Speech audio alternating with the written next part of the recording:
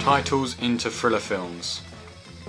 In thriller films they use a range of titles at the beginning and ending of the film, all of them being unique and giving the audience a first look into the genre and feel of the film.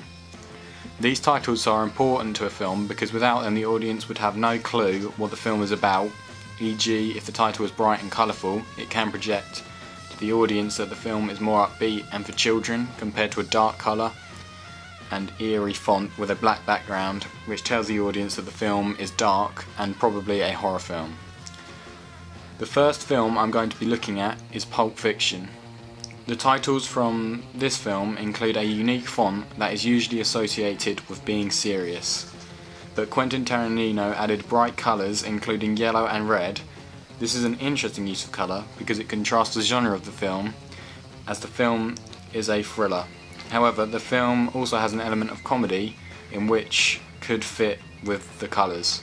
The font is parallel to thriller films. They also use these titles during the film when there is a black background and the same font, but they've changed the colour to just plain white. The titles are used to show what part of the story this is. I'd like to use this kind of narration in my own film. I would also like to use a serious font with a contrasting colour because it makes the film look more interesting. The next film I'm going to be analysing the titles of is Trainspotting.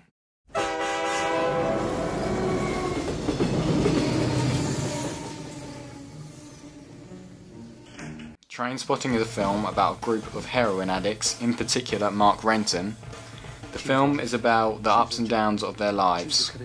This is a good film to analyse as it has a strong link to our film, as they are both about heroin addicts.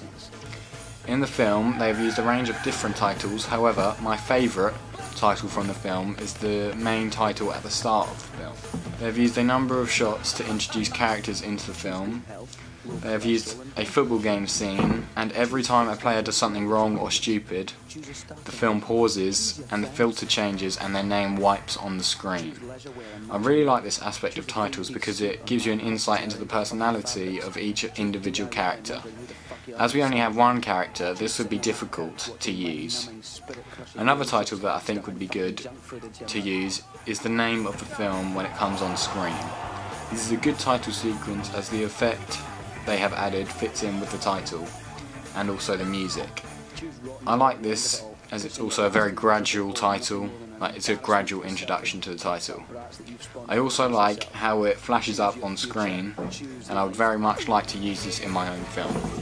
The next film I'm going to be looking at is the titles used in Goodfellas. I know I'd go from rags to riches. Goodfellas is a true story about the life of Henry Hill, a notorious gangster from New York.